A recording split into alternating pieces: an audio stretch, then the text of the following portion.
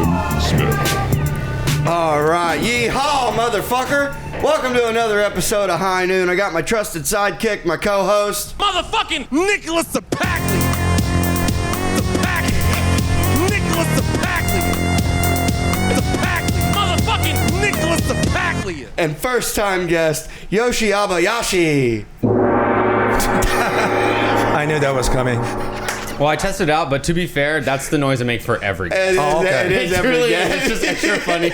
Except Dan yesterday. I'm sure somebody's going to complain. Yesterday we had Dan on, and I just did the Jew music. Yeah. The Jewish music. Wait, turn it down before you play that one. Oh no, yeah, that one's loud. That one's freaking loud. I don't see it. Oh well. Anyways, so glad to have you on. Yeah, thanks for having me. I love your facility. I love the name of the pod. Like we were talking about it. Yeah. And He's gonna turn his air off. You guys said it was too loud. And it's too loud. There we go. Sorry, Yoshi. Yeah. no. And yeah, I wasn't really sure if it's going to be like high as in smoking weed and talk about that. I mean, but, you can if you want. No, I'm not into that at all. Yeah. I do like. I mean, I'm from Japan, so like anytime I think about Texas or Arizona, New Mexico, the Japanese sort of think about cowboys and all the movies, Mm-hmm. and we idolize because it's so many foreigners that visit Japan and they nitpick all the wonderful things, and it is. If you don't work there and you don't live like Japanese, it's a wonderful place, sure. Yeah. But if you do live like Japanese, it is a semi-horrific. Okay. The responsibility and then pressure on you. So we love watching Cowboys movie because living your life the way you want and completely free. Right. And then not dependent on anyone. So I always say I would never want to visit a country where I couldn't read where I'm going. Yeah. But Japan is where I would like to go. You'll be fine, and you know how to read people, Yeah. And it's the safest. It's safer than here, so you don't Really? you don't have to worry about anything. No. Okay. Yeah, And is that everywhere or even in the city? It's safe too. 100%. Yeah. Okay. You're not going to have any problem. I mean, the only thing you have to worry about is earthquake and radiation. Okay. But no. Where should I go? I mean, if you only depends on how much time you have. But let's say you have like 10 days or whatever. Mm-hmm. For sure, Tokyo, Kyoto, and if you have time, my hometown Osaka. Okay. Japan. Yeah, but don't have that fear, man. I think it's a big concern of mine. I think we make tons of bad decisions for whole world. I think because most Americans don't travel overseas. I think it's really important. Okay. And I think we have. I say we because I'm a U.S. citizen for the last 28 years. Yeah, but, right. I think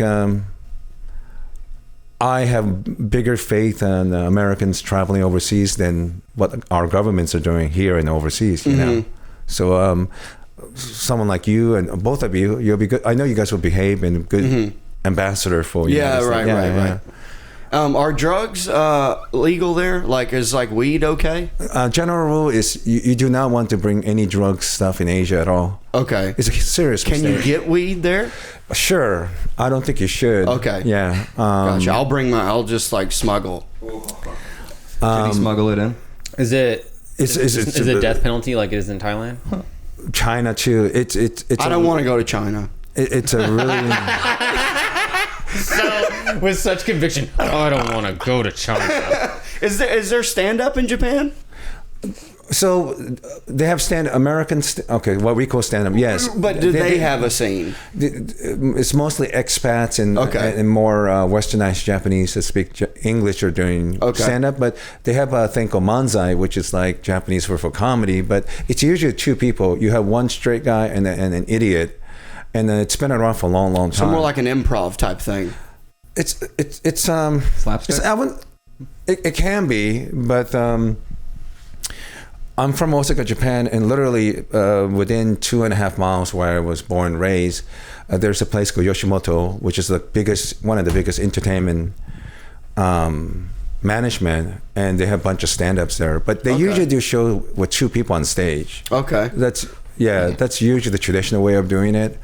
And It's more geared towards like I mean, even stand-up's entertainment, but it's more geared towards like the entertainment of like riffing with someone else and like making the audience feel like it's more than just one person talking at them, you know? Yeah. I mean, there were some rare cases where some of the other comedians are doing it individually, you know, but in Japan they call the big three. So there's Big Takeshi, and he made some bunch of movies overseas that they're very well. Quentin Tarantino, a big fan of his, and they're ultra violent films. Oh, okay.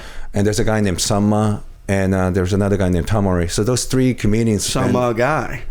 They're the sorry. No, He's gonna do it over and over and over again. They're refraining from burping, but not from the puns.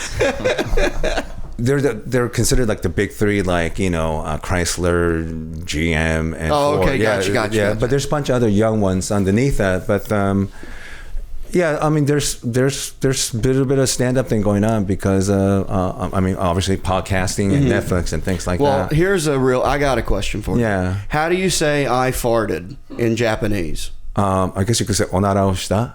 Yeah, we looked that up yesterday. Yeah, but I wanted to hear him say it. I mean, there's something. Yeah. We had a guy that spoke Russian yesterday, and I learned how it's. Is he a comic? It's puknoi. Puknoi? How do you say it? He wrote it down. I farted. It's puknoi. This is a real highbrow show. Yeah. It's real highbrow, dude. Real high. The highest of the brows. But yeah, so I've been to. So when I said I allegedly, I smelled a half ounce of 40 hits of and an eighth into Australia. Yeah, I mean, if I'm going to do that, I like how he still uses the drug terms of. He could have just said, "I took it with me," you know, like a normal person. Like, "Oh, I packed it." No, sounds cool though. Yeah, but you're also incriminating yourself. I said allegedly. That doesn't matter.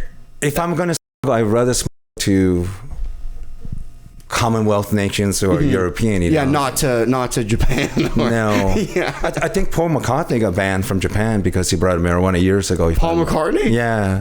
Oh man, that's awesome. And they love him. So imagine what they do to me. I had a friend visiting. He was doing a show, UAE. So he was flying to Dubai, and he knew they have a strict restriction about drugs. So I think he filmed on like TikTok or Instagram or something. Well, I'm leaving, so he's smoking a big weed. Finished, he got on the plane. But here's the thing: if UAE knew you smoke weed and flew into their country, they will take you into their medical lab and take your blood. And if they found marijuana in your blood, according to their law, you brought drugs and you will face severe punishment. So. Seems like an invasion of your privacy.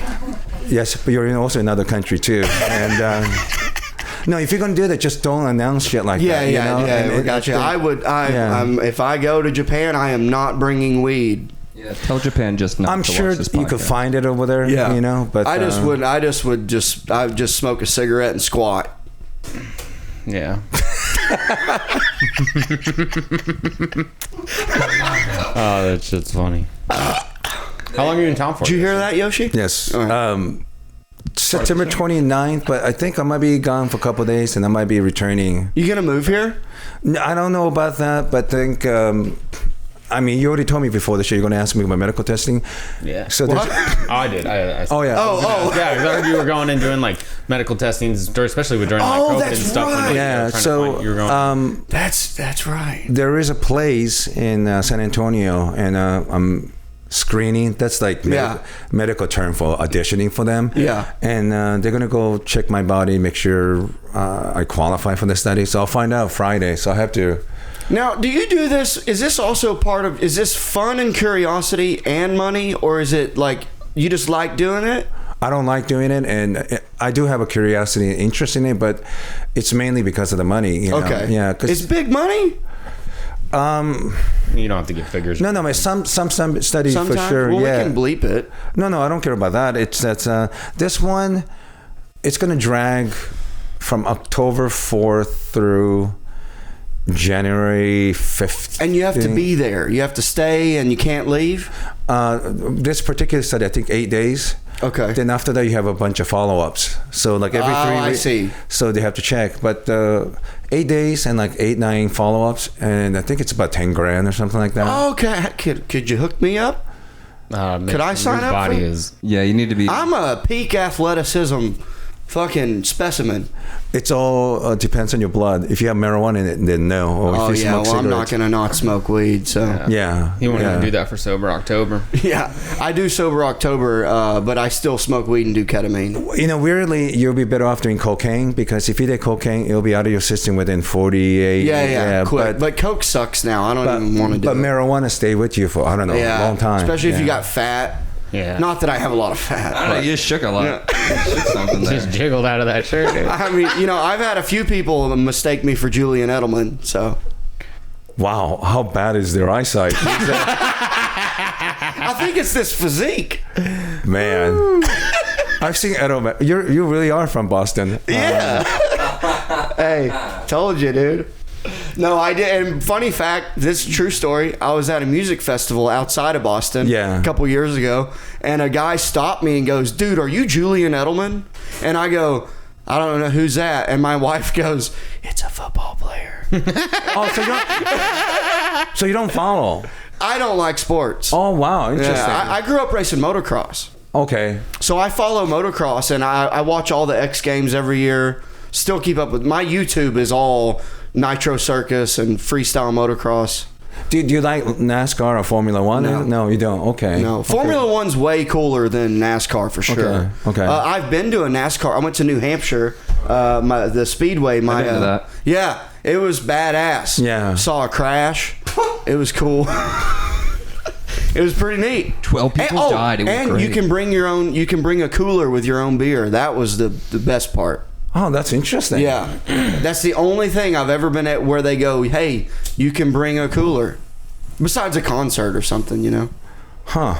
You would think they would try to monopolize it. Yeah, the money, that's what. Yeah, but I think it's because it's like they're like, well, we know our demographic or maybe like poor. Yeah. So they're like, bring your own beer, because then you go to like a concert at Xfinity Center up there in Mansfield. Yeah. And a beer is $14. Jesus Christ. Yeah, it's a tall boy, but still. We went to Tenacious D. How was that? Awesome.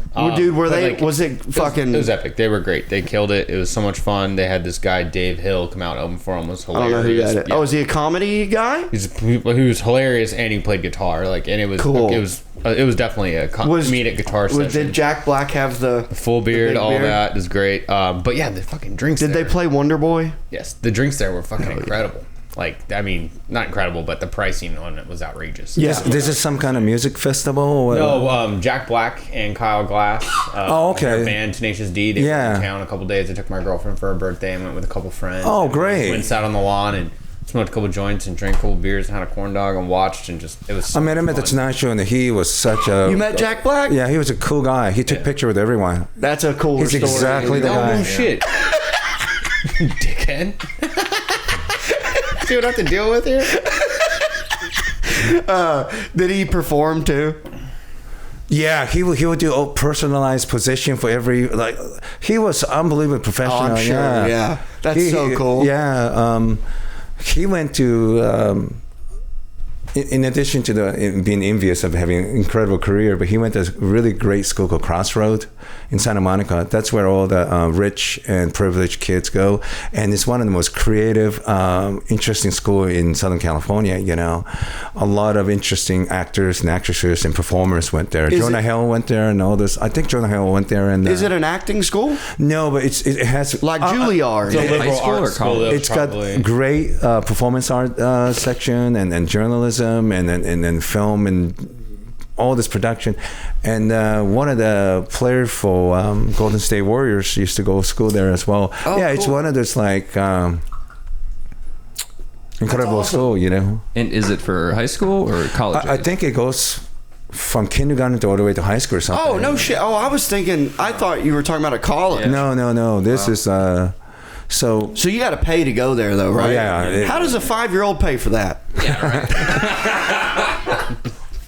Sorry. Juice boxes. Yeah, but he was great, and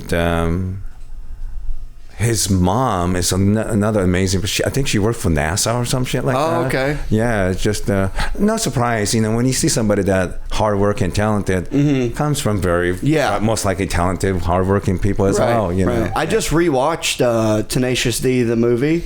Still funny. Still holds up. Yeah. The cock push-up gets me every time. So good. And he punches the button with his boner. So funny. Speaking of boners, I just looked up that school. Yeah. It's K through 12. The enrollment fee is $3,400. Oh, that's not that bad. Wait, how much? That's affordable. Wait. Bus transportation fee, $1,000 to $1,500 a month. Yeah, probably. Hangout, optional. Hangout. Another 3 to 3. But what is the tuition again? It said no. This is just the enrollment fee. Yeah. Okay, that's what I thought. Yeah, enrollment fee $3,400. Bus transportation fee at the highest $1,500. Lowest $1,000. Hangout fee, which is elementary school program, school care. So basically after school stuff, another $3,000 to $3,400. Yeah. Cost of books minimum $500 to $750. A bit pricey. And then that's awesome. So then that's the entire price altogether. I don't know if that's the whole price. The tuition must be massive. It says it's more than like 10. Yeah, right here off the top. Sorry, I skipped it by accident. But elementary school grades K through 5, it's $42,152, and then a year. And then and then 6th through 12th grade is $50,092. I have such a mixed feeling about that. On one hand, God, I would love to go to places like that. Or if I had a kid, that's per student. I think I would have squandered it. Squandered. Yeah. Yeah, because I hated school. Yeah, but when I found out you didn't have to have another language to graduate, I dropped that class. Yeah. And then you don't know what my GPA was? What? 1.75. Hey, you graduated, right? Yeah, barely. Yeah. Because I knew you only had to have D's to graduate, so I was like, D's.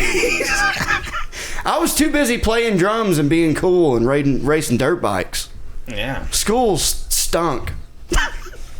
I don't read. Yeah. Man, are you nervous or something? You're just doubling down left and right, back to back to back. Can I ask you something? Did that make you feel bad about the whole experience? That I barely graduated? No. I mean, to me, GPA doesn't mean anything to me personally. I think I hope it didn't make you feel bad. I didn't give a shit. Okay, good. Because he still doesn't give a shit. Yeah, that's why he hasn't learned to read. No, I can read. I just don't like it. Yeah.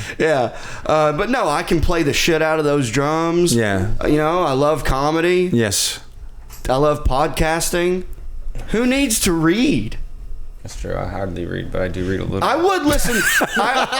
You don't sound very confident. I would listen to an audiobook. Yeah. But I just don't want to get another subscription. This is my impression of you.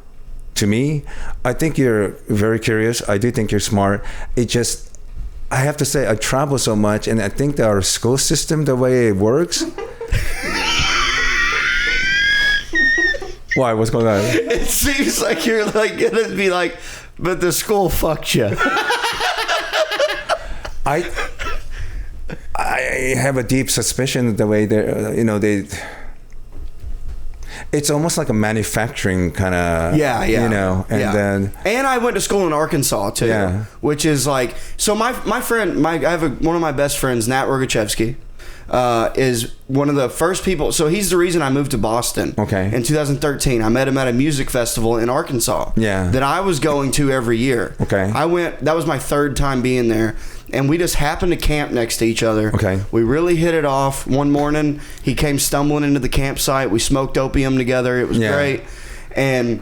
We hung out for 4 days straight and did acid together. Really just became good friends. First Jew I ever met. Sure. And he asked me if I wanted to move to Boston. Why did he do that? Because he liked me. Okay. And he knew that I wanted to leave. He knew I was like, I want to leave this place. Right. I want to go somewhere.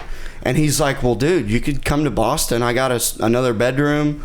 Just move to Boston. And I moved there 2 weeks after I met him. Yeah. I had no money. Moved up there with a paycheck, and then then that's where I met my wife. Changed my whole life. But what part of Boston? This was in Waltham, which was a suburb. It was probably 15, 20 minutes outside of Boston. All those little suburbs, and I don't know if you know Boston, but they're all right there. Yeah. Like, it's very just 1 second you're in Boston, 1 second How far were you from Charleston and places like that? Charlestown. Oh, Charlestown, so sorry. that would be, that was like, depending on traffic, it could be 15 minutes, but it could have been 45 minutes. I see. Because it's all mileage. It was probably like 5-6 miles. Oh, that's it. Yeah, like, because I lived in Quincy for 5.5 years. Yeah. And that was 11 miles from where I would go, where I started comedy. Is Quincy kind of semi-rough area? Quincy's a very nice, it's like a bigger city, first city below Boston. Wait a minute. Is there something to start with? Brockton? Where all the black folks are living? Brockton. No, that would be Mattapan. Mattapan. Nick coming in with authority. It's Brockton. Well, no, I know. Well, I know this area. Mattapan and Jamaica Plain were... Oh, Jamaica Plain, which is where Joe Rogan is from. Yeah. Or he's from Newton and Jamaica Plain. But that was a rough area. Yeah. Now the gays have moved in. Yeah. And they made it all nice and gentrified. This is really interesting because, you know, I think you're curious and I think you will listen to pod. I mean, I know you think and like learning stuff. Maybe the school system wasn't perfect for you, but it's interesting you went to Boston because one of the biggest business Boston is teaching. All those colleges and universities, like, you know, obviously you have MIT and Harvard and things like that. I always told people I went to Harvard. No one believed me. And then we learned yesterday it's because he said I went to Harvard instead of I go to school in Boston. Well, but anyways, point being about I started this to say Nat was the first person I met who I go, God damn, you're smart. Yeah. Because like he went to school in you know, just in Newton, which is a super wealthy area. Okay. A lot of Jews. And it's a very good school system, though, like you were saying. Yeah. So I was very impressed by just, when I went there, he had a computer and was like doing stuff on it. And I just thought, he showed me the web, like he was buying off the dark. Oh, shit. Maybe, I don't know if that, it's probably a while ago. Yeah. Did you like Boston? Loved it. Miss it every day. Huh. I miss the weather because here it's 105 during the day and it's 90 at night. Yeah. There's no relief. It's just hot. Yes. All the goddamn time, and I fucking hate it. I hate the heat. And in Boston, isn't it same in Arkansas too? Not this bad. Oh, interesting. Not this bad. I mean, yeah, it is hot, but it doesn't last as long. It's just not as bad. Okay. But in Boston, it could be rarely, if it's in the 90s, it'll still go down to 75 at night. Because I also lived right on the water. Yeah. So in Quincy, I lived in this area called Howe's Neck, and right down the street from my house was the Boston Harbor. So we would kayak, but like the water it was right there. Yeah. So we would get that nice cool breeze. I miss Boston every day. Yeah, that's where I started comedy. Water. I started at this little club in Somerville called the Comedy Studio. I think it's one of the great places to do stand-up. I love it. Yeah, and I think, I don't know if you know this comedian, Joe Wong, and Asian American guy. I think he went to school, I don't know, physics or chemistry. I can't remember, something really heavy in Texas. Then he went to Boston, or maybe he went to Boston and moved to Texas later on. But he got on Letterman twice, 2 or 3 times. Just excellent writer from China and everything. And he said something interesting. It was perfect for him because there's so many exchange students living in Boston. Most of Bostonian people are now weirded out with someone with accent. So it was a perfect place for him. And you could do a lot of smart jokes over there, I guess. Yeah, absolutely. And also there is a huge blue collar part of Boston. And that's the really weird part of that place, because you have some of the most brilliant people and you have blue collar people working in the same town. Yeah. And they're crazy about their sport. It's one of the most successful city in the last 30 years. Yeah. And when I moved there, that's when I also realized that not only are rednecks not geographic to the South, it's just a rural thing. Because they're up there, there's people with jacked up trucks, mud tires. Oh, sure. Blasting like Kenny Chesney Like it's where weird thing. This is kind of weird. Where I lived in Quincy, there was like people with like rebel flags, but it's like that just means you're kind of racist. Yeah. Like if you're like you don't have the argument of that it's your heritage. You're in the north. You're above the Mason-Dixon line. Like if you go to rural New Hampshire, there's rebel flags and Trump flags everywhere. And that's when I realized, oh, it's not a geographical thing. It's just it's a poor thing and a rural thing. I don't think there is such thing as blue states. I don't believe that. It's all blue cities. Yeah. But most of the country, absolutely, most of the country is actually red because, believe it or not, most Americans do believe in God. Yeah. And an institution of marriage and family and stuff. I mean, you wouldn't think it if you work in entertainment business because so many people are fucked up, you know. Right. But, during COVID, man, I think. I mean, it's terrible to say this, but COVID was such a good thing for me because I love traveling, and it was so cheap to travel. Mm-hmm. I mean, I was flying from Vegas to New York, like $25-$30 each way. And really? Yeah, and my attitude is. When most people are fearful, go fearless.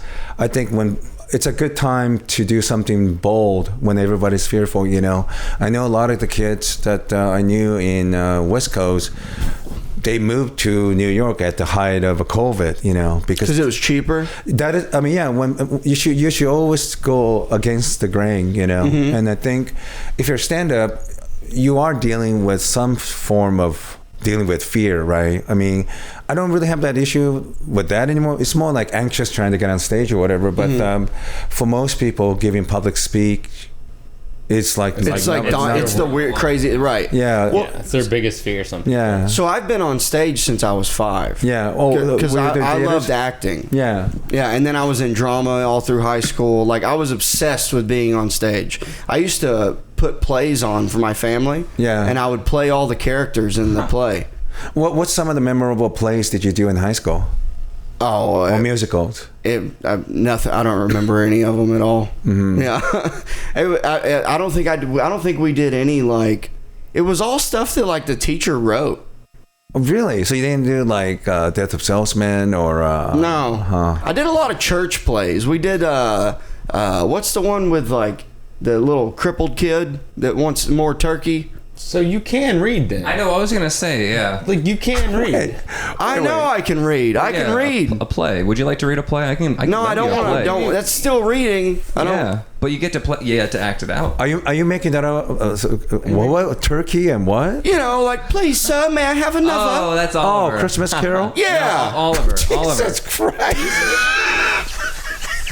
Because I was gonna say I've never heard that. You can stretch it for Charles Dickens' Has Mason Christmas ever Carol talked about this before? No. Jesus, what is this? Like turkey in church? Listen, when the fuck were you in drama? You never talked about this. I was in drama all through high school. We've never spoken of this. Yeah. You didn't tell us you were gay in high school? Yeah. But also I was in a band. Yeah. I was in a metal band for 2 years. I've been playing drums since I was 11. When's the last time you played those? Well, there's nowhere to put them.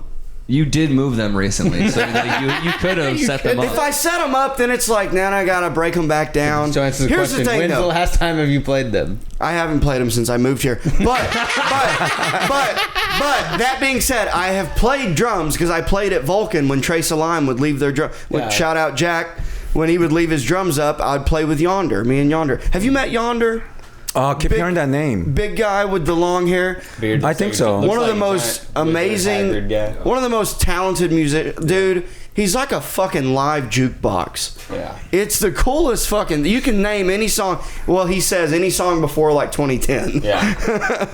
But also, shout out Yonder. He's got a new album coming out. He'll be on next month. Is he a comic too? Yes. Okay. Yeah. Very fun. He works at Sunset. He's from the Red Band. Does the virtual Red Band. Oh, I think I know who you're talking about. Okay. He's always playing on. Got the voice of an angel. It's incredible. He's great. He's done the podcast too. He played live on here. Yeah. So go check that episode out.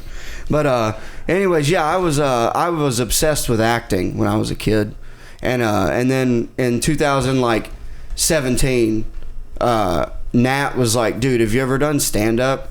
And I was like, no. That's the buddy in Boston. Yeah. Okay. He was like, "I think you'd be good at it." Yeah. And I just kind of thought about it for like almost 2 years, and then finally went and did it. And COVID kind of pushed you to move over here. I started comedy in 2018. Yeah. And then through the pandemic, even I was doing illegal shows. Yeah. It's so strange. And then I started a bar show. This guy built this patio in the back. Yeah. It was outside completely. We made people wear masks and all the bullshit, and we got away with 9 of them. And the last 2 or 3 other comics that were doing like Zoom comedy, reported us. They called like the health department on us. You probably have a pretty good idea who probably did it, right? A little bit, yeah. Yeah. But I wouldn't say your fucking name. But yeah. Yeah. Your and fucking name. And then shortly after that, though, Providence opened up, and that's where we had to drive to Providence every week to do comedy. Oh, what an interesting place, man. Yeah. Providence. Yeah, it's a cool town. I'm from Rhode Island, actually. Yeah. Oh, yeah, you? Yeah. We were doing comedy in that beer garden. Yep.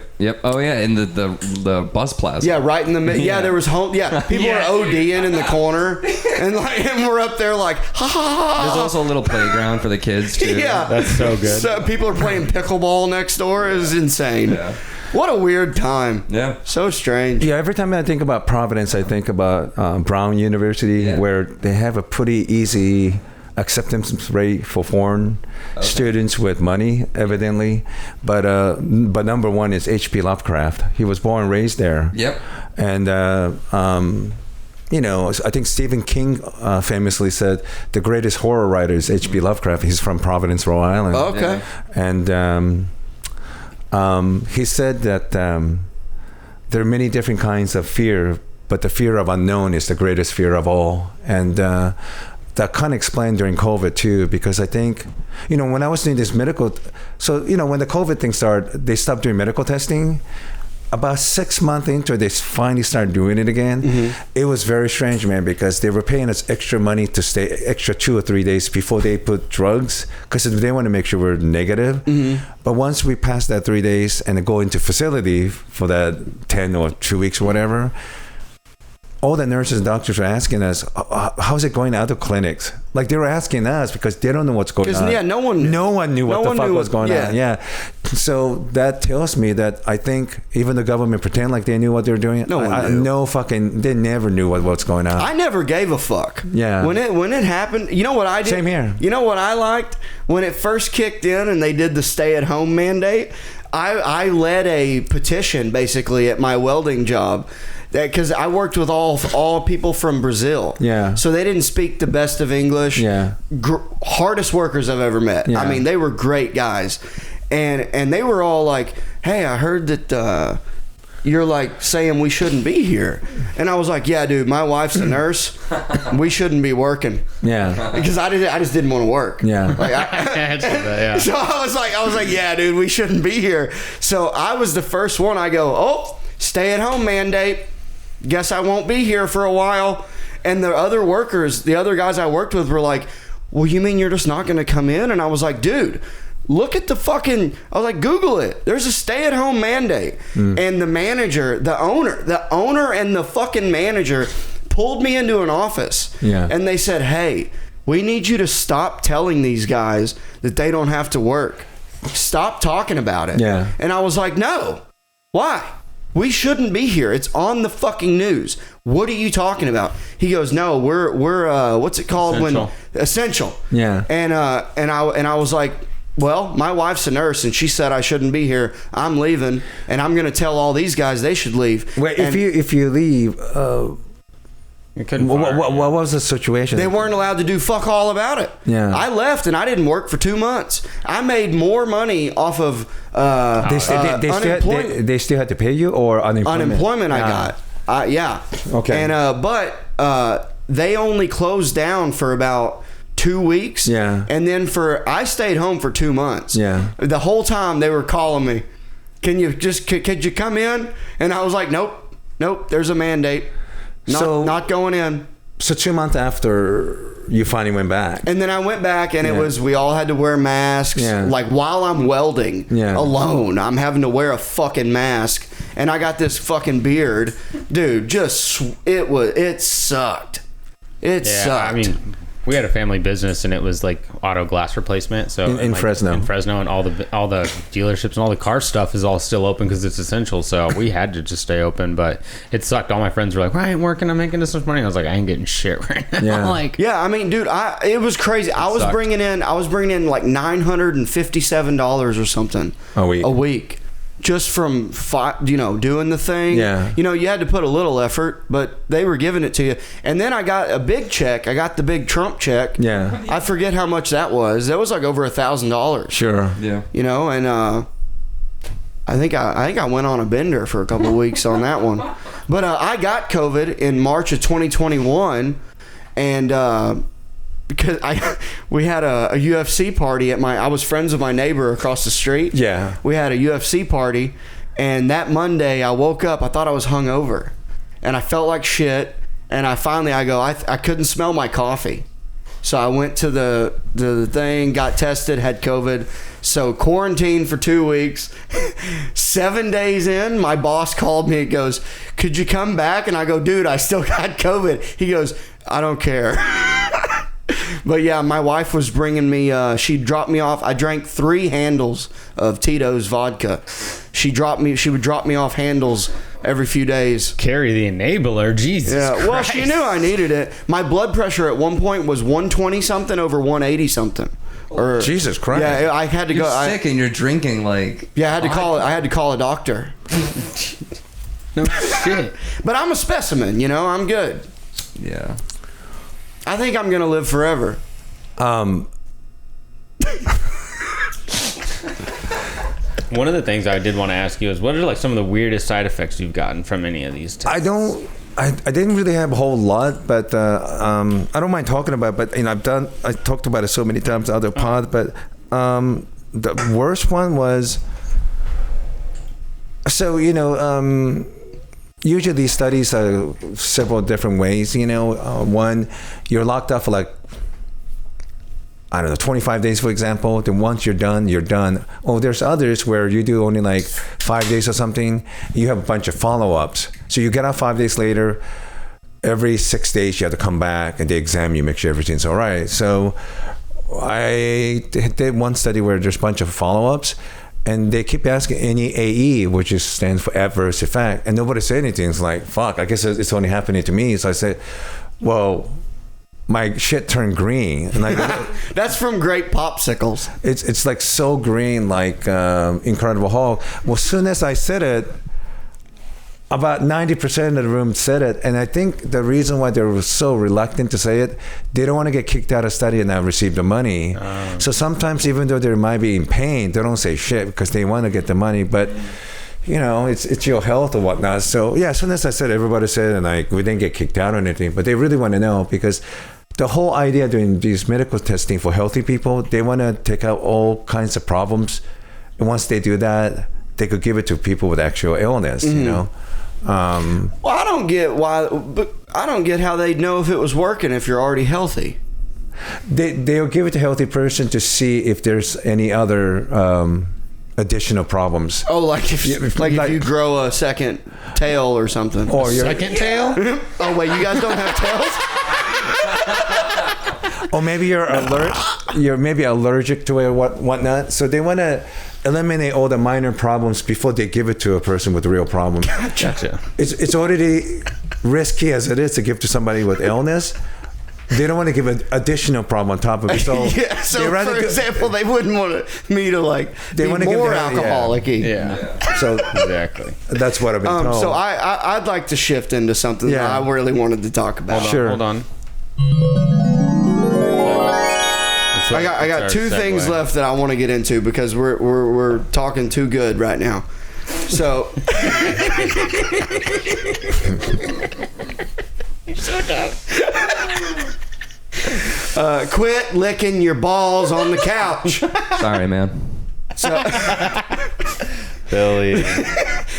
So this is gonna be my intro into. I want to talk about your porn stuff. Yeah, but I haven't worked in a long time. That's okay. I got a lot of questions.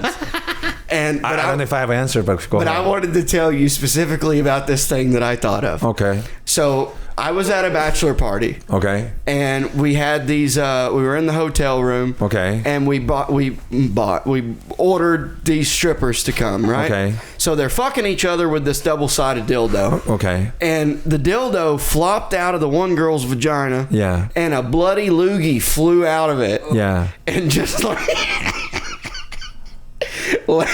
landed on the bed, and I went, oh, dude.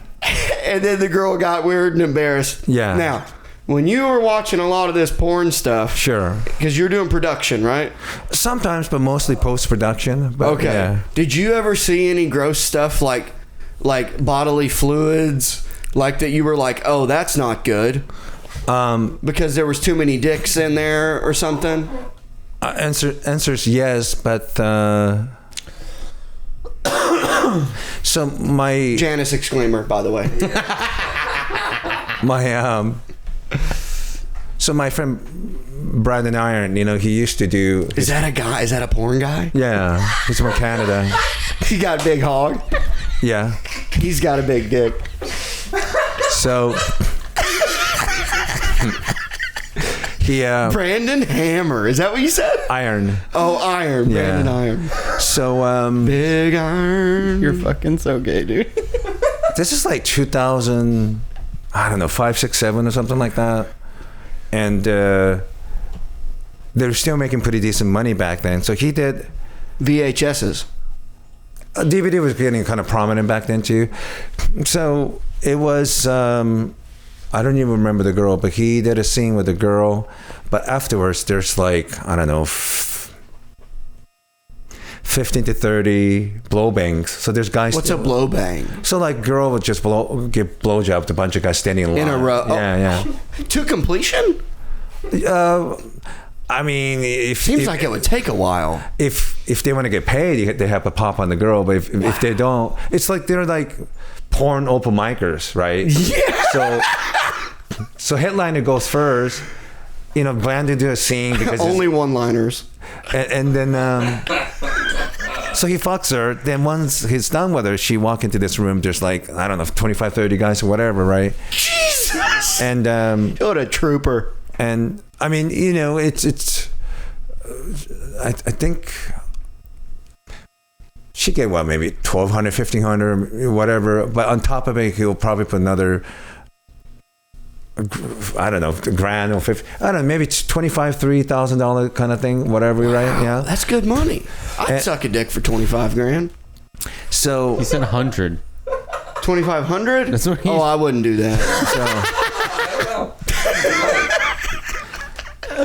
So they're doing the scene, like I'm just like I'm doing paperwork, Brandon's paying me like $150 to do it. So I have to make sure these motherfuckers are like 18 years older, they're HIV negative and shit like that. Mm-hmm. Really, some of these guys want to shake my hands. Like, I don't want to shake your hands. I'm just doing my paperwork, So I do that, and then Brandon finished the scene with the girl. He bring the girl in, and the girl's in the room with this 25, 30 guys. Now, a lot of my friends are like, that must be cool, whatever. Yeah, you say that because you don't smell what the room smells like. Ew. Yeah. So, it smells bad? Smell like BO or cum? Dude, think about it. 25 to 30 manholes in one room. Yeah. Oh. A little bit of poop, I bet. And some of these guys are, I mean, if I have to make a guess, they're mopes, right? And, what's a mope? Mope are like these loser porn performer guys. Okay, like tiny peckers? No, that doesn't even mean that. They're just lowest of low, and they're like literally like open micers. Okay. So they want to be like a featuring act and hopefully like a headline or whatever. Just hang around, don't do much, Why do you have to bleep that? I don't want to make him feel bad. Oh, gotcha. Okay. Yeah, dumbass. Yeah, it's a person. Yeah. Oh, you fucking idiot. Sorry. Please continue. Sorry. So that's already sounds kind of gross and whatever. A lot of these guys, mopey dick. Sorry. Fucking out of shape. Some of them smells bad. Some of them take 2 transferring buses to get over there. Oh. And if they don't pop on the girl, they don't get paid. You know? Oh, that's so funny. If you don't come, you don't get paid. Yeah, you don't get paid. So I got to do paperwork. Now, it already sounds like fucking carnival and like, a bunch of... they are social retards, you know? You know what I mean? Some of them are my friends, but I'm just being honest with you. No, I love it. And they're getting like $50. I'm getting like 150 to do the paperwork. Yeah. But here is the big disclaimer and the terrible part. Somebody have to clean that room. Not you. Yeah, me. Oh, yeah. dude. So yeah. So I think this might be one of the first time I'm doing it.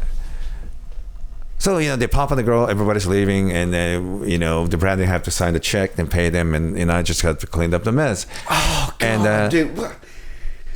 And so just come everywhere? And you're like wiping it up? She was on her knees in the center of the room. There's a bunch of puddle everywhere, right? So, and this is how new I was. I mean, I've done other jobs, it's disgusting, but it's... Did you think, man, I made it? I'm in the industry. My feeling was I was working one of the biggest company in the world, and most of the top male performer. I mean, like Brandon Iron at the time, he would be like I don't even know male performers. I can name more trans than regular. Brandon Iron's like Jimmy Norton of the porn back then. That level of respect and then talent and awards. That's what it is. Don't look that up on my computer. This is what you have me here for. God damn it! That's gonna be in my thing now. It's IMBD. All right, he's a good look. He's kind of got shitty hair. It just starts fucking judging him. So they fucking leave. Yeah. Maybe a couple of them got stand around, but whatever. But Are they naked? Of course, and then. Do you understand what porn? I thought it was over. Yeah. I thought it was over. So they're just like standing there with their lips. Well, I mean, they're just standing waiting their check or whatever, So. Okay, so this is where I made the mistake. Yeah. I thought if I have a really big boot, higher boots, right? So I'll be standing boots. Sorry. So I'll be away from cum, right? So that's what I thought. So Be elevated above the cum. Yeah, I'll be above it. Okay, this is where I made fatal error. As I'm mopping, and I wasn't really used to this new boots. As I'm mopping, I fucking slipped and fell down on all the puddle on top of it. You're just like, I mean, I hit my head really hard on it. Oh man.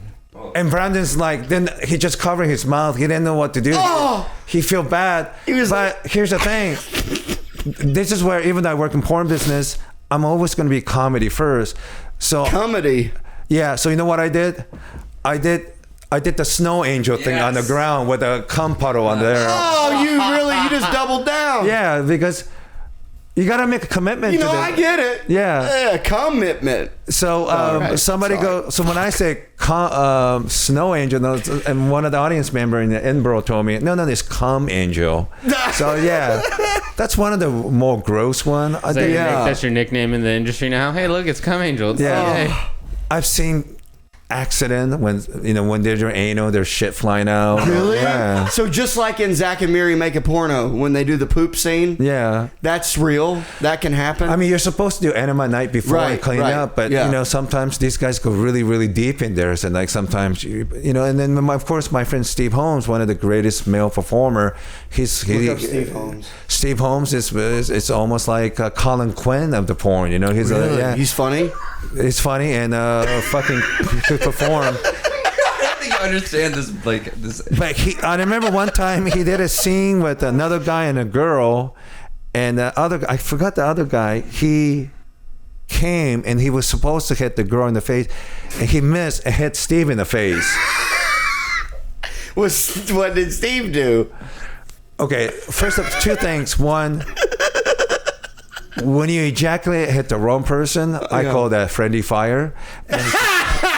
And 1, 2, 3, 4, 5, 6. But two, you know what was so funny about the whole thing?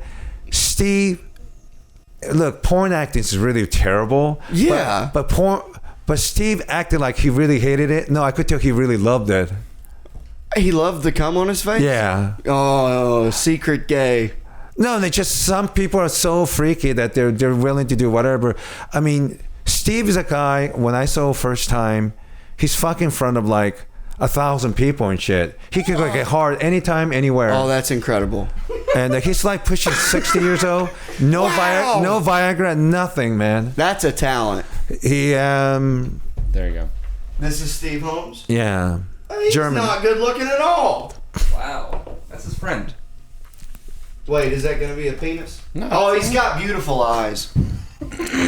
Great performer. Okay. What's the Oscar equivalent to porn? AVN, Adult Video News Awards, every January. Cool. Performer. Have you ever there. been?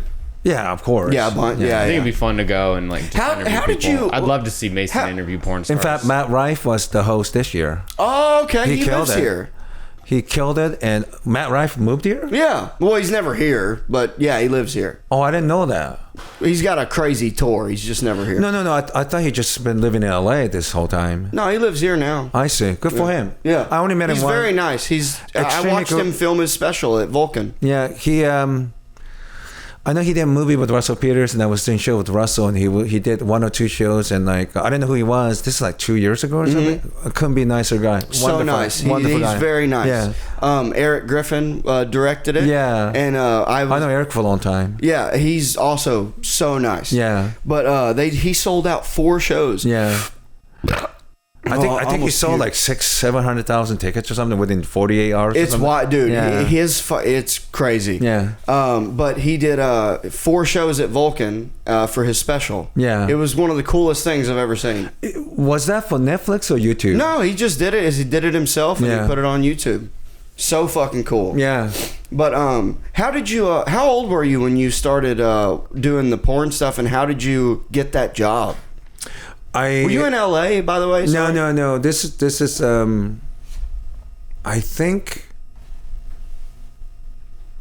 think I was 30, and I think my family were having a lot of financial problems, and I was at the time bookkeeper. I made already living. Like, you're not gonna make money doing that. You know, you pay all your bills, and that's it, pretty much. You know. Mm-hmm. And I had a friend, Tana Manu. He told me how much those porn shops were making. And Tana Manu is a legend in the Washington State area, and also it's Washington. Okay. And he was the best friend with Brody Stevens. So they used to have a public access show in Seattle. Mm-hmm. So all that Brody's mannerism that everybody loved, a lot of that is influenced by Tana Manu. You know? Okay. So anyway, Tana was working porn shop, and he told me how much money they were making. I didn't really believe it until he showed me the balance sheet, how much they were making. It's insane. Wild. Yeah, people are freaky. And this is pre-internet, so those shops This is VHS. Yeah, and toys and Yeah. so so I think I got that job July of 1999. No, but that was just working at the store. Yeah, That wasn't editing or doing any of the cum cleanup or none of that. I had a cousin in Japan. I don't know, for some reason he told me in like 1995, 6 or 7, if I loan you 100,000, could you start a business? Like, I wasn't interested in starting a business. Like, I guess, but I'm not interested. Then 3 years later, I think my friend Tanner told me how much those shop made. So my thinking was, well, why don't I just work at one of those shop, learn how the business works, then get the money and start the business, you know. It's not as easy as that sounds. It's not. I'm sure, yeah. So that put me in the path working there. And Was your cousin Japan sexual? no, he was just greedy guy. Want to make shut up.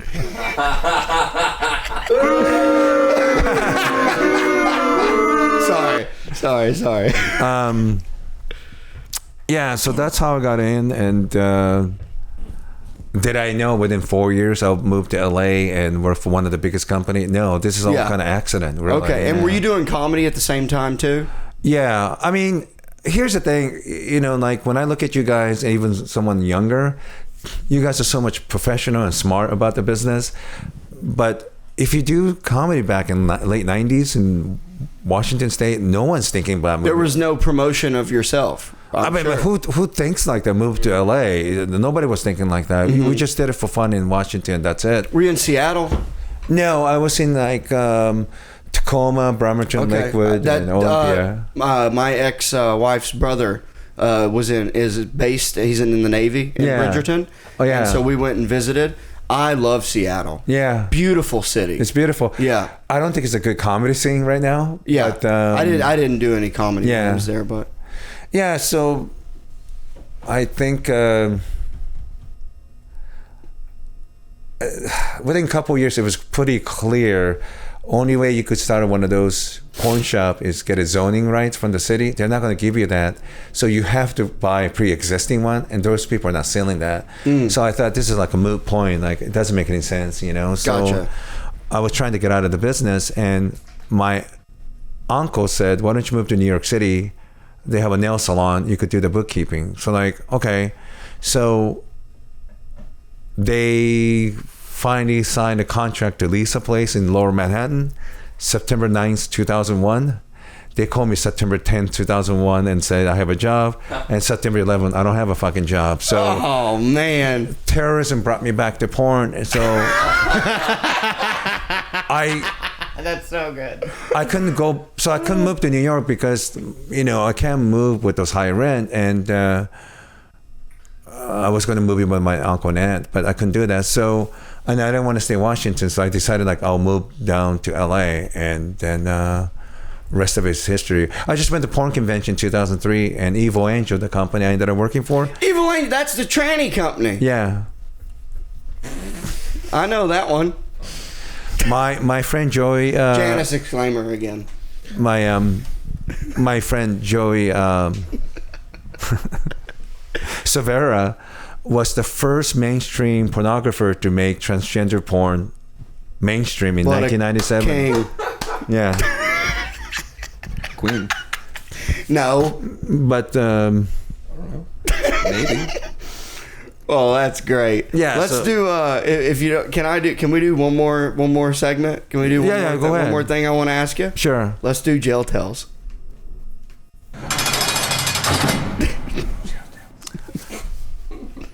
So Phil Spector murdered that lady, and I drove in to LA. I left Washington. It took me like 3 days to get down there.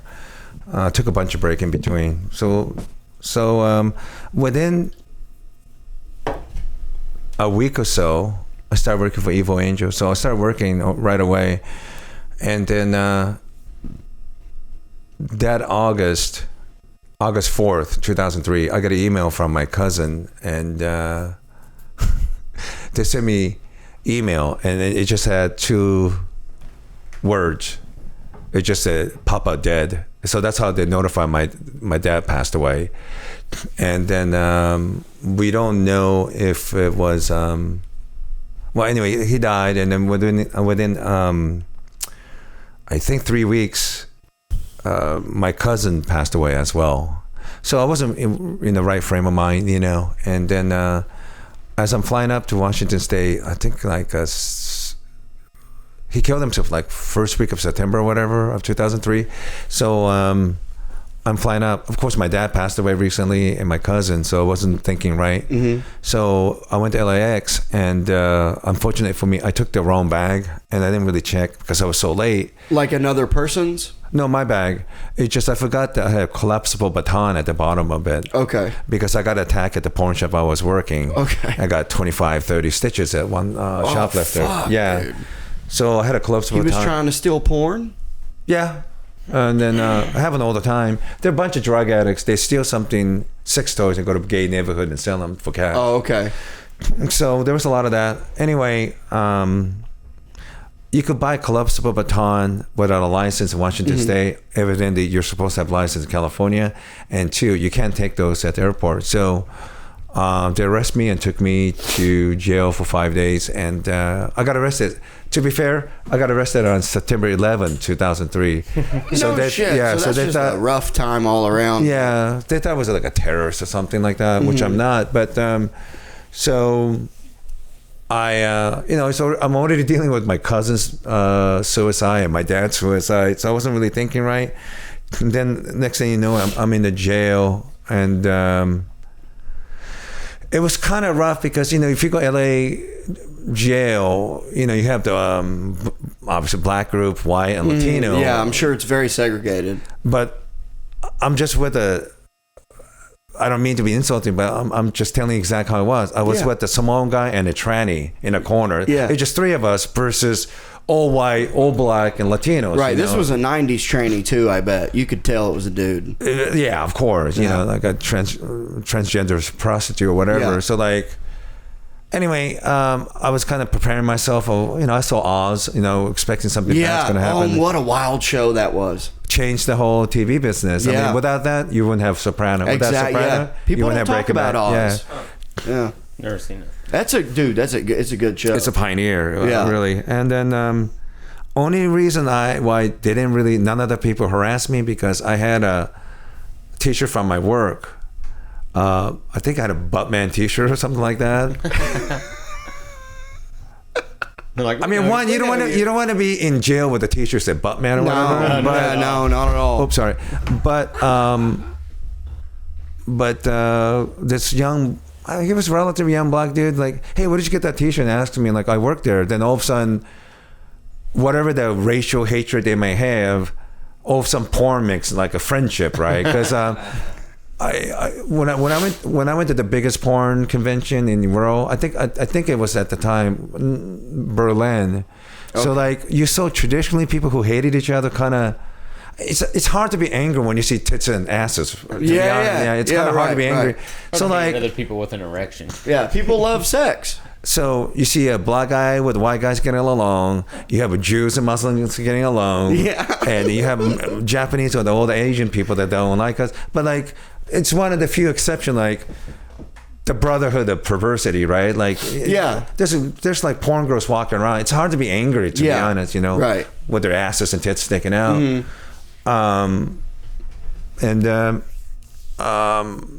Because of that porn thing, everybody had questions and stuff. So they were all cool to me after that. But nice.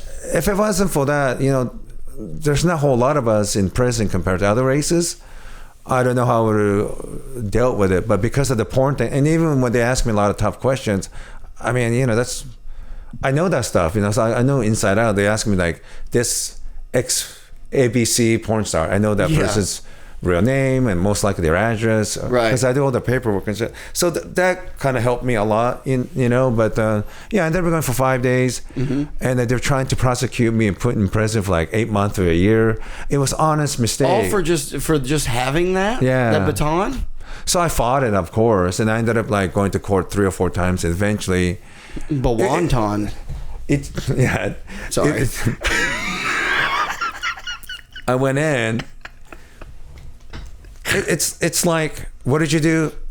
Attempted murder, robbery, trying to steal somebody's car, and I'm just like, what did you do? I had a stick in my bag. Right. I don't have Did you have to get a lawyer for that? I don't have. Yes, but I didn't have the money, so there's a public defense attorney. Right, public defense. But eventually, I just insisted, Your Honor, I don't have a record except parking tickets. Mm-hmm. But other than that, I've never done anything, and I just forgot.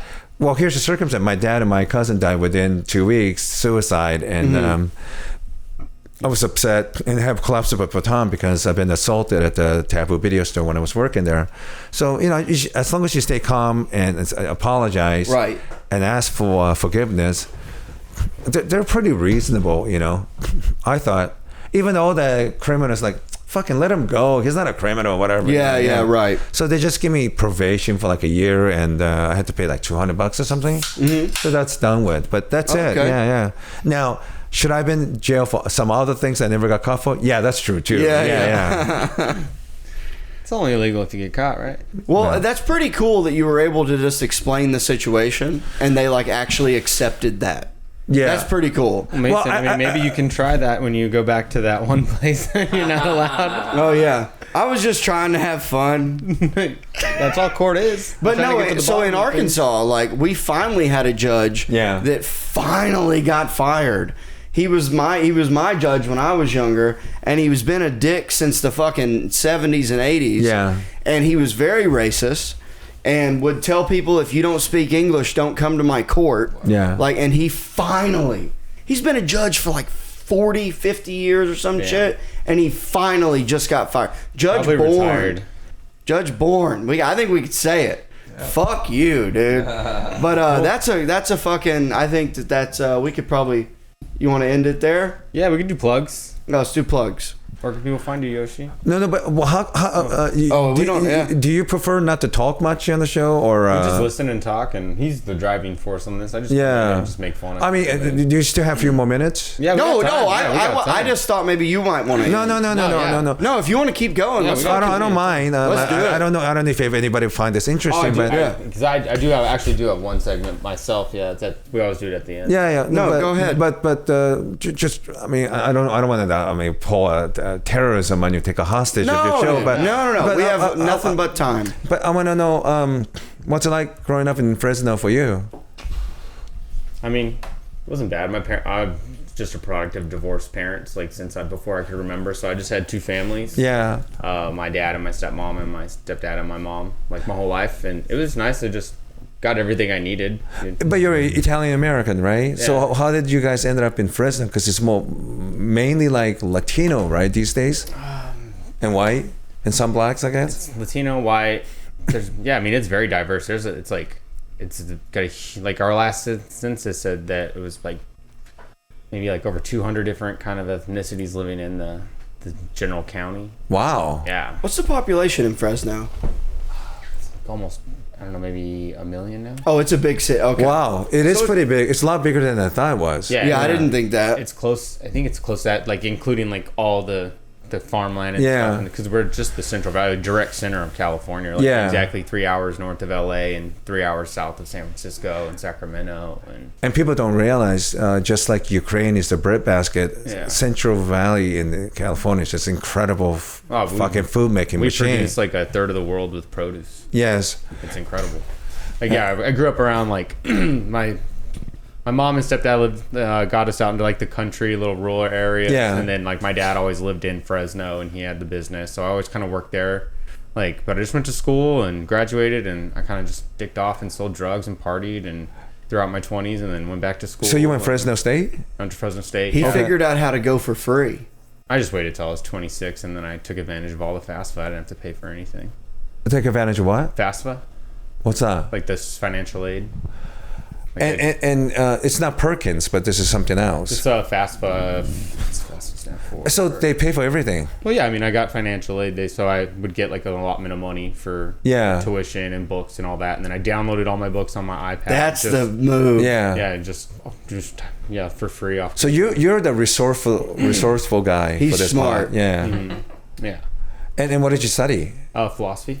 Oh. I got my bachelor's in philosophy. Tell me more. Well, I was going for physical therapy, and then I got into comedy. While I was going to school, started doing it, and then right as I was getting ready to transfer for physical therapy, they changed the prerequisites from a bachelor's to a doctorate, and I didn't really want to do another 6 years in school. I wanted to get done, so I just transferred to Fresno State and took the full, because I had all the prereqs for the philosophy program. Wait, so I just went in and took. You're originally going for physical therapy? Yeah. But some reason the requirement was the same for philosophy? No, I just had taken a couple extra classes because I did college slow. Like I started going, and the first time I went, I took like 2 classes. Yeah. Second time I went, the third semester after that, I did 3 classes. Yeah. And I did that for like 2 years, and then when I finally got to university, I went full time. Yes. And then all I needed to take was like 1 ethics class, and I would have like all the prerequisites just to go, the general prerequisites to go into the philosophy program there. Yeah. And did you specialize or? No, I just got my bachelor's and got out. I kind of took a variety of classes. I took a Buddhism class, all like the 101 classes. Yeah, because that's what Steve Martin studied in Long Beach State, philosophy. And I think it was like 1 semester quarter before graduating. He said like, no, I'm ready. And I think he studied Ludwig Wittgenstein. With the whole language game and things like that. What is the case? What is not the case? Yeah. Do you think he still paid all the philosophies? Sorry. That was good. I like that one. I'll give you that one. That was good. No, but yeah, and that was funny too, because like it wasn't until like my last semester that I realized, like, because I wanted to be the first person in my immediate family to go to college. And yeah, good for you. That's the only reason why I was going. Because and then also the society pressures, like that's the next step, and I didn't do that when I got out of high school. I just partied and sold drugs and just lived my life. Picked up dead bodies. I picked up dead bodies for a while. You'd probably get a kick out of that. Tell them about that. Yeah, when I was 22, I got a job in a mortuary company. Okay, I want to hear this. It's cool. So I was working at I was working at a bank. I was working at Chase Bank, cashing checks. I was the teller. And then these people were coming in cashing checks, and their checks were big, and I would like have to read the names on the checks, and this said JK Mortuary, and a bunch of these guys would come in and cash them, and they're like, their checks were like 3 times the size of my check. Yeah. And they're like, yeah, we work like part-time at this place. Yeah. And I was like, I'm working full-time, and I'm not making that much money. And then I just happened to meet the manager like a week later, and he's like, that seems like an interesting job. He's like, well, I got a full-time position open, and gave me a resume or an application. Yeah. And then like 2 days later, one of my good friends died in a car accident. It really kind of like fucked like our whole friend circle up. Yeah. It's like the first one, because we're young, we're 20s. Literally 20. Was he drinking and driving? Drinking and driving. And then my dad told me, he's like, I know it sucks. It's your first friend that you lost, but it's like the older you get, the more funerals you go to, you have to get comfortable with death. And I was like, you're right. And I just 100%, yeah. And turned it in, and they hired me, and I quit the bank job and just started. Now, what were you doing for them? I was going to like crime scenes or car accidents, taking the bodies out of cars, putting them in bags, and taking them to the morgue or funeral home. Was taking some of those philosophy classes kind of help you with that job? This was before philosophy. Oh, okay. This was before college. This is when I was 22. I didn't go to college till I was 26. Okay. Then, I mean, I don't know if this is the right... I was into philosophy, though. I mean, I was taking mushrooms and eating a lot of acid at the time. Yeah. Like, just... Eating a lot of ass. Yeah. I mean, I got laid a lot from that job. Yeah. Dude, it was wild. Like mourning people? No. Like we'd be out, like we'd be going out at a bar, right, and be with my friends, and like my buddy Derek, and y'all have your wingman, 20, 22, 23, all those years, and it's just like he'd be like, "Hey Nick, this girl doesn't believe me. What do you do for a living?" And I'm like, "Oh, I work for the corner. I pick up dead bodies." And then by the time I'm done looking over here, I'd look over here, and there'd be like 3 girls standing in front of me, like, "What did you see today? What happened? Yeah. You do this? You pick up dead bodies?" And then you just tell them the most fucked up story you saw last week, and then you just pick which one you want and go home. There's a deep... it was like shooting fish in a barrel back then, dude. There's a deep connection with sex and death, Yeah. Like even like the French. I don't know exactly what the French words, but they call masturbation little death. Yeah. Like when you come, you literally get to that state of le petit mort or whatever what they call it. But don't make up words, Yoshi. But it's. Thank you. 1.88, whatever. 1.8 GPA. But 1.75. I'm not surprised at all because I was just I finished the French performance thing, and then I was supposed to fly into Sweden. There was massive air trafficking fiasco in UK that day, and all the flights were canceled. So like my flights were canceled, so I had to stay extra week in Edinburgh with my friend Aliyah. Then I noticed there was an event down in Liverpool, and there's a lady named Emma Kinney was speaking. She's one of the UK's like expertise in serial killers. Okay. So I figured like I'm into that stuff, so I went down there, and I have to say the audience probably like between 800 to maybe 1,000 people in the theater. I mean, it was very least 2/3 were women. Yeah. Probably pushing like almost 80%, And I think they're interested for multiple reasons. One, I think they want to know if they're in that situation, how would I get out, not getting murdered. But I do think some women are erotically attracted to these monsters, Yeah. Why did they write so much letters to men in prison? Yeah. Didn't the Ramirez guy didn't he have a chick wanna like married him while he was? A bunch of people have gotten married in prison. And Yeah. stuff. Wow. He used to get so many chicks sending naked pictures of them. Yeah. Yeah. I think some of it, because they have maternal thing, they think they could change these guys. I could save him. Yeah, even though he's never gonna get out. It's like, yeah.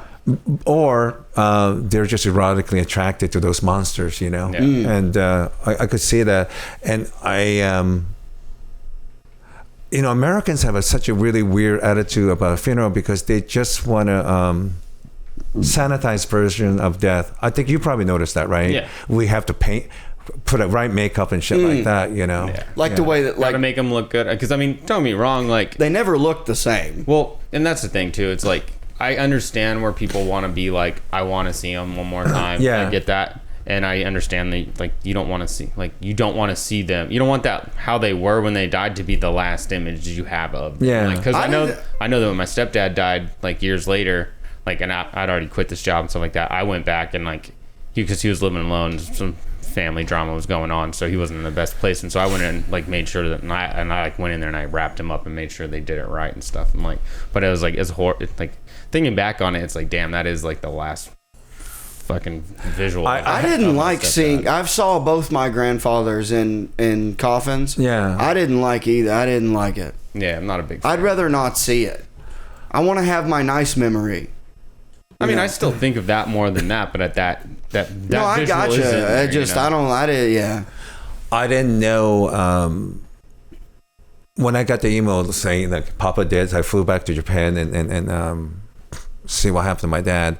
And I went to the police station, and we still couldn't figure out was it suicide or murder? You know, we still don't know. But when I went to the police station, they said we highly recommend you don't look at it. But it's such a weird thing to say. But you know, my dad wasn't into sports. You know, he was into American movies. You know, movies in general. But from young age, he was always talking about like serial killer stuff, you know. Mm-hmm. Like when we were visiting the States for the first time, 79, we were in Tacoma, Washington.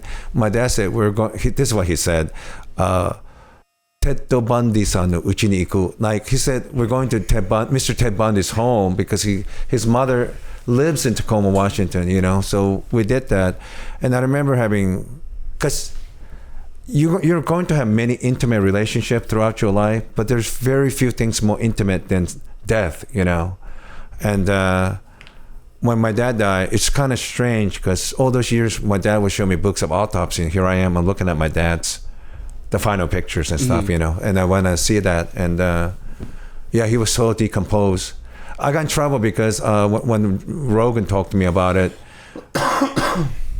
you know, I make joke about my dad because my feeling is if you make fun about others, you shouldn't exempt yourself by making fun of something bad happened to you and your family. Mm-hmm. So anyway, I'm not going to say the joke because it's racially insensitive, but somebody asked me, were you devastated? My dad was so decomposed and dark. I said, of course, my dad looks like, I say N-word. So, you know, the reason I do humor like that because when you are dealing with horrific things, you do these extreme over-the-top jokes because they kind of protect you. Yeah. I think that's why sometimes audience members get mad at us. Mm-hmm. They don't understand. You know, some of the most useful people and important people are nurses, doctors, paramedics, and cops and firemen. They do a lot of dark jokes, not because they don't take their jobs. They take their job seriously. Right. There's a lot of victims, but those how they cope. Those dark humor give you a moment of relief and laughter because that's the only way you could continue. Absolutely. But I think most normal people that have a regular job, people who never had a job, a mortuary job, they don't understand because they live in a normal life. Well, see what's weird, you know, my whole life I just remember if anything horrific happened, even when I was a kid, like I always would say fucked up shit. Yeah. That's the first thing that came to my mind. It's the coping. It really is coping mechanism. And that's just what I've done forever. Yeah. I've always said jokes. Yeah. Without even thinking of stand-up. I was just like, well, you know, and then I'd say something fucked up. And that was normal for me. That's just what I've always done. Yeah, remember that kid? It's not a kid, but... maybe we're all weirdos that do stand-up and fucking, I guess. I don't know. Logan Paul got in trouble. Yeah, for the Suicide Forest thing. First of all, I wasn't mad at him because sometimes people laugh even in one most dangerous nervous situation because they don't know how to deal with it. Yeah. So just because they laugh, I don't necessarily think they really, really thought it's great that there's a dead guy, you know. I don't believe that because I think everyone deal with grief and crisis and a scary situation differently.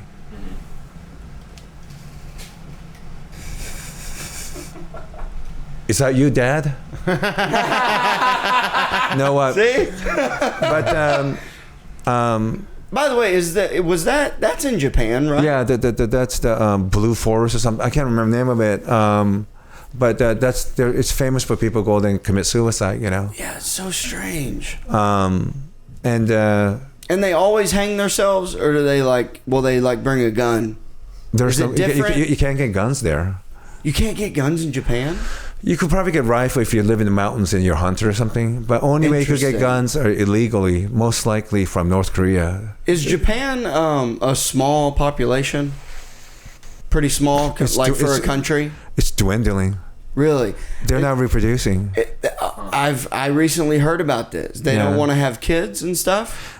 It's not that they don't want to have kids, but there's so many weird things that contributing that, you know. For example... Taints are getting smaller. For example... Well, it's true. Oh yeah, you're a scientist. You're Plastic. right. You're right. Listen, Yeah, I invented 1.88. Of course he did. I want to finish my show. I want to hear more about it because this is really interesting, and I think you could even do a mortuary podcast. It would be interesting, seriously. Impossible. You know, because people deal with death differently. But see, this is a kind of counterintuitive way to improve, but. When you get divorced in Japan, you have very little right as a woman. You know, they're very... Oh, it's opposite.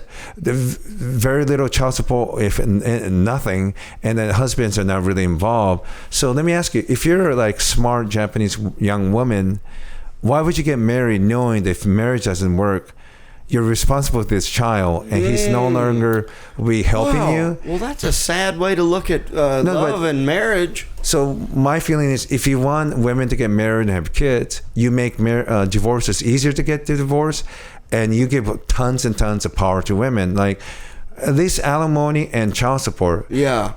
But without that, why would any rational woman get married? I understand. Yeah. Because here, women will get married just to divorce and take, because, you know, here they get all the money.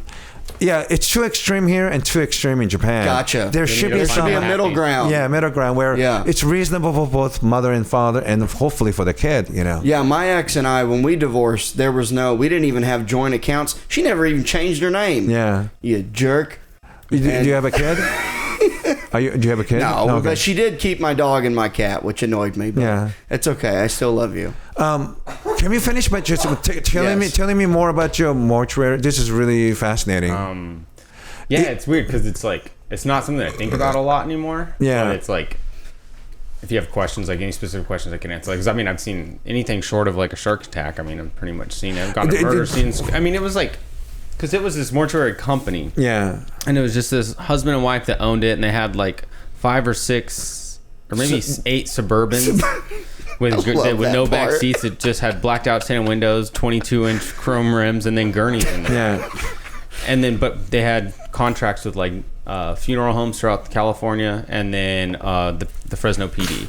So it was like 60-40. 60 was 60% just old folks, people passing away at their home or their retirement community. If you're doing service for men and women at the same price, no matter what, if they're adults. Yeah. And the thing was, like I said, when I was cashing their checks, I was like, man, these guys get paid a lot. Must pay pretty good. And it like paid like $25 to $50 per body, which doesn't sound like a lot, but people die all the time. Yeah, it's a big business. I was on a team of like 8 people. Okay, can I ask you something? So you're getting $25 for adult? Yeah, it depending on how 25 to 50, depending on how far I had to drive. Well, what happens if you have a baby? How much do you get for dead babies? Same price. Huh? Yeah. So like a baby coffins. I mean, how do you? I don't know. It wasn't a coffin. It was in a brown paper bag. No, but he was in a pillowcase. So you didn't work at mortuary? No, it was a mortuary. No, he got the raw dead bodies. I would go to, like, if you died, I would go to your house, wrap you up in a sheet, put you in a bag, put you on the gurney, put it in the car, drive you to the morgue, check you in. Okay, so there's different factors, right? Like if this is a murder scene, you have to wait until police is done with the whole body. They call us. They knew him. Yeah, the cops knew him. Yeah. And I was 22 at the time. I'd be fucked up. Like I'd be like drunk at house parties because I was on call. Yeah. And they're just like, when we call you, you have to put your suit on and go and pick up the body and take it to the morgue. So I'd be at a house party on a Friday night. So you mean to tell me it's the same price picking up a 110-pound lady and say 400-pound guy? Yeah. Jesus Christ. Yeah, pretty much. And what's a couple of the worst things? We could finish it, but probably one of the craziest things is this guy. This guy had been dead for like 6 months. Oh my God! On his toilet in his master bathroom. Yeah. And thank God his master bathroom had a door that just went right to the backyard. Yeah. Because they walk us in through the backyard, and then we're passing this window, and it's all blacked out with like trash bags. And then I like look at it again, and then I'm like, what? And then I'm like, and then my one of the cops goes, no, it's not. I was like, is that trash bags? He goes, no, and he taps it. And then the whole black trash bag just flew away off the window. Yeah. And then landed back on. It was all flies. Oh my God! Completely black with flies, and that was in the bedroom. I have not heard you tell that before. What the fuck? How did they find him? Like, well, first of all, how come nobody didn't notice he's been dead for 6 months? That's life, man. Well, if he's lonely, if he, have sad lives, dude. That's the thing. That's the other part of it, fuck shit, because you really realize you're like, fuck. Most people, people don't give a shit about other people. Like, you have your friends and family. When's the last time you talked to your mom? Yeah. So we text every day. I know. But you guys text every day, so you have communication there. But like, some people don't have good relationships with people like that. Some people are just alone. Right. Some people hate the world. Yeah, me and my dad don't really talk that much.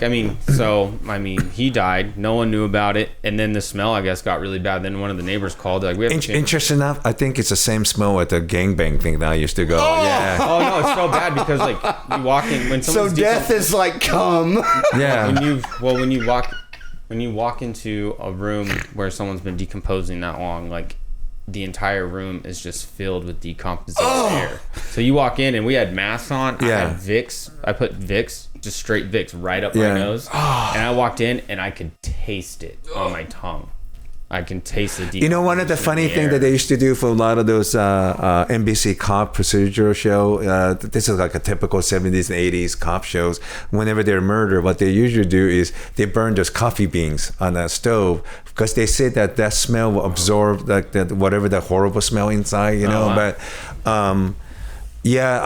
in Japan, like these older folks are starting to just live by themselves. Maybe their spouse passed away.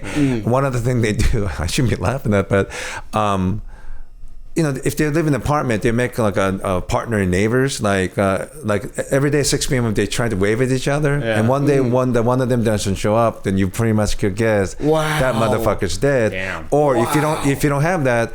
If you walk by and you start smelling some awful smell, then you know that person's probably dead, And I think this is such a relatively young country, and we still want to think about death. But other cultures definitely have a tradition of how to deal with death, and they're kind of like embrace it almost. You know? I'm sure. Did you ever have to deal with like? Okay, here you go. Did you ever go to the place you have to pick up somebody's body and it's somebody you knew? Yes. But you didn't even know that. You just walk in and find out. Yeah. Really? Yeah. It was a kid I went to high school with.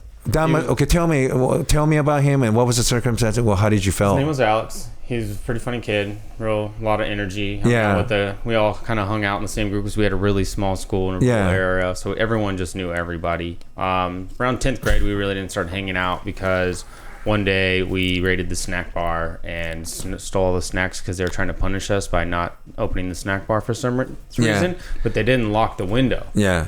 So we just unlocked the window and grabbed the snacks out and just like went and did it. And he ended up telling on everybody. That's the guy. Sounds like he got what he deserved. Nah, dude. He's a 15-year-old kid, dude. Fucking snitches get stitches and wind up in ditches. Yeah. Well, in case anybody from home listens.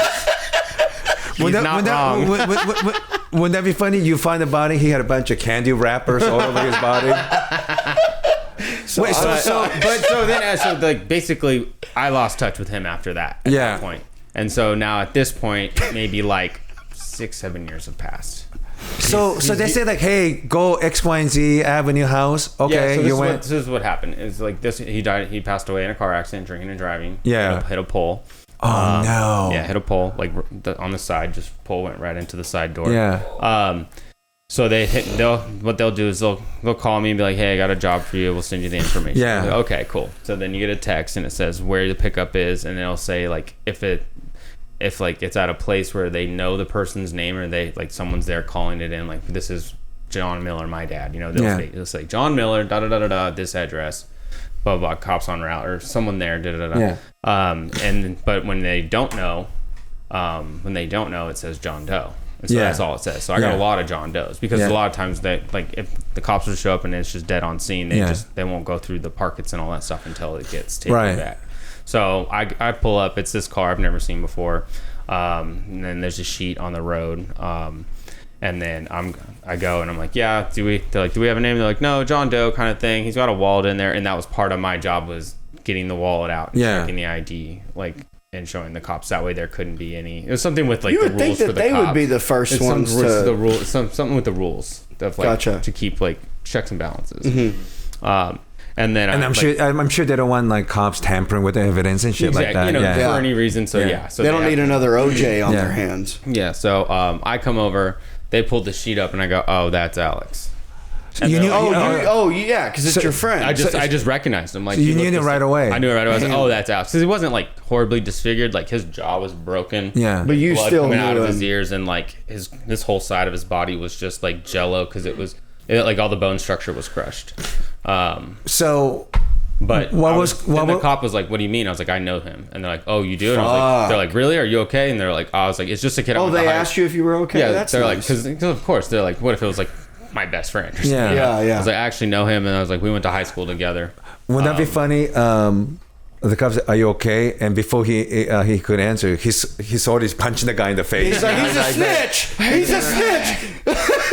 Yeah, no. So, but I mean, I was respectful. I took it, just did my job. I was supposed to. Did it bother you later on? It was a little bit of a bummer, because like his family didn't speak English. Oh no! Wait, what was he? He's Mexican. Yeah. Oh, okay. His family didn't speak English, and he had a lot of friends in our little community. I ended up just, even though we weren't supposed to, I called three of my friends that I was friends with, that I knew him. Yeah. And I was like, "Hey guys, I told them all what happened." And what was their reaction? They were all devastated. Did you call him that night? Yeah, I called him. Yeah. I called him then. I called him. I pretty much, because this was late at night, I called him the next morning. Yeah. Because I was like, I'm not going to do that middle of the night call. Yeah. But so I called the three friends that I knew was like pretty close with them, that could tell everyone else. Yeah. And good thing I did that, because his parents just didn't say anything, and they like shipped his body back off to like where their main family was in Salinas. Yeah. And had the funeral there and didn't tell anybody. And like any of our friends from high school, nobody knew. So no one got to go to the funeral, but like everyone found out. Yeah. And like, do you think it was because it was a DUI and a little shameful, or maybe? I don't know. You never know, especially with like. Just with immigrant families coming from another place that have higher traditions and values and stuff. So what do you speculate? Do you think he was having difficult life after high school and he was drinking, or no, he was probably out partying. He was probably dealing with snitching on his friends. It was a Saturday night. Yeah, probably. He's probably drinking. God damn, this guy, fucking one of those just hating, dude. Winter gang from Boston over here. Fucking Jesus, no mercy. Yeah. So no, I don't know. It could have been it could have been that, but like also his parents and their family was just in where we were at, like just north of Fresno, Madera Ranchos. Yeah. And then their whole big family was in Salinas. Has it happened any other times with somebody you recognize? No, that was I went to I went and I picked up one of my grandpa's friends. Oh. Yeah. Well, he was old though. He was old, yeah, passed away. I went and picked, and I like went up to the house. I was like, "Oh, I've been here before." To the house. Anybody famous? No one famous. Sorry, I mean Fresno didn't have shit. Yeah, I know you've told it before, but can you tell them about why you lost the job? Oh, well, because so when I got hired, they weren't telling. We didn't have to log our miles or anything. They were just like, "You're on call." Sorry, you know what popped in my head? Because I was going to ask, but it's so inappropriate. Like you said, like some hot girl overdose. and you fucked her mouth or something like that. I don't know why I thought about you. I'm glad he thinks highly of you. I'm not saying you would do that, vibe, but that's what popped in my mind. You think he's a creep? Yeah, because you probably justify it saying she doesn't say no. Yeah. Said the same thing she said when she OD'd. She went, No. So basically, I got fired just because I stopped, or I didn't implement the new rules that they had. They wanted me to like stay at home, be on call for 5 days a week, and not leave my house. And then how could they even implement that? I don't know. They just wanted me at my house on call, ready to go at any moment. That's insane. Which was busy, but at the same time, if I'm just at the store doing something at my friend's house down the street, like it's not a big deal. So they did that, and they want us to log our miles and everything, and I just was like, no, I'm not going to do that. So I did that for like 2 weeks, and they were getting pretty pissed. And then when they called me once at like 3 a.m. for some job that was just to go pick up a body at a blood bank. They could just okay, go ahead. To pick up a body at a blood bank to take it to the morgue, and there was another coworker that I knew lived right next to that place, and it was like 3 a.m. and I was like, no, I'm not doing that. Have Billy go do it. You know, like he lives right there. Like I'm across town. You know where you have get my dead address. body Billy. He's got it. Yeah, you know, that guy was weird because every time the Fresno.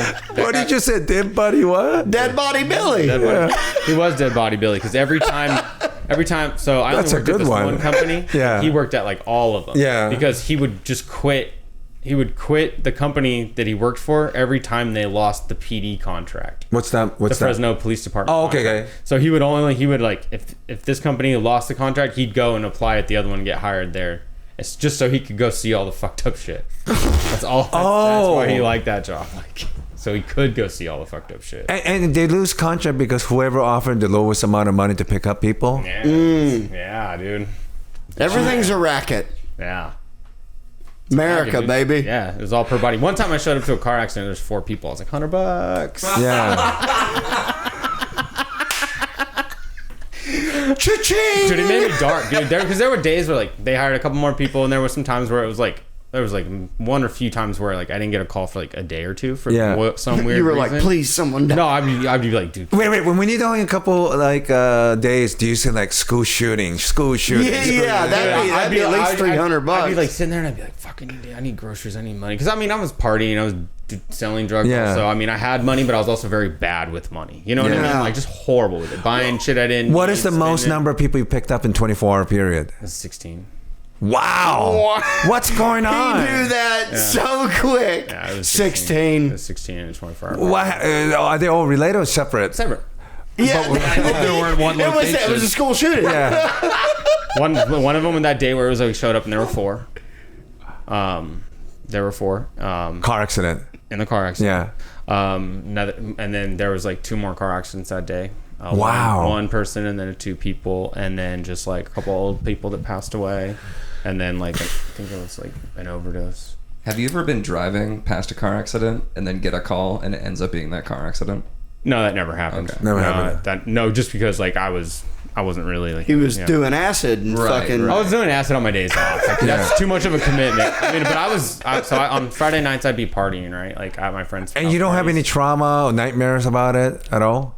Look at him. You know the only thing that like sometimes like just I get like flashes of sometimes is just like all the genitalia I've seen. Yeah. The rotten, disgusting. Gross. Unkept. Do balls burst when they die? Do you mean like when you Like find flatten? Do they flatten? Oh, the actual. Do you mean like when you find them dead in their homes or car accidents or? Well, dead in their home sometimes. Some people just walking around like have an aneurysm and die right when now. rigor mortis sets in, do they have boners? Because they're stiff. Yeah, I mean, I haven't seen any like boners. Oh. Like I didn't see any like boners. Wonder if someone died with Viagra in their system. I wonder if they'd still be hard. I'm sure that happened. I didn't see any of that kind of stuff. That's a bummer. Well, it's amazing that you seem very normal, even keel. You don't panic, Yeah, I think you probably was a perfect personality.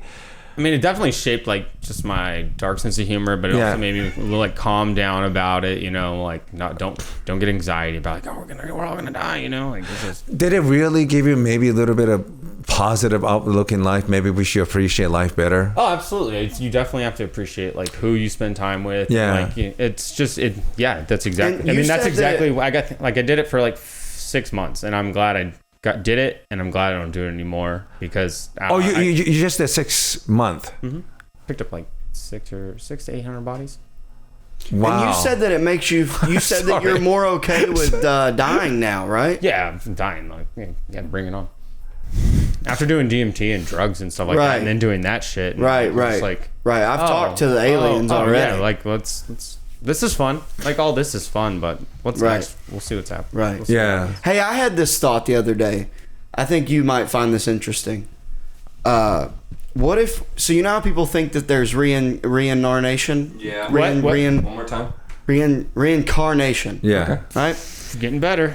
So what if when you die, that's real, and you're born again, but you know you're a baby.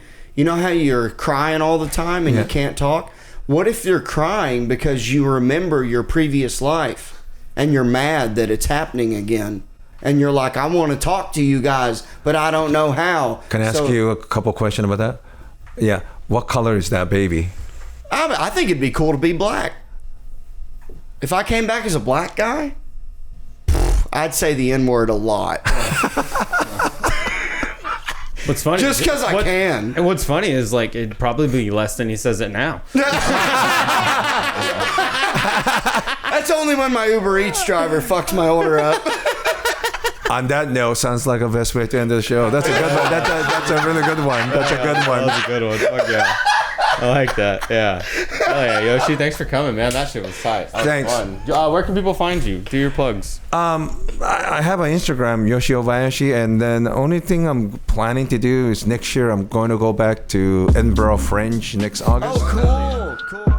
Howdy, partner. Thanks for tuning in to High Noon with that wily coyote, Mason Smith.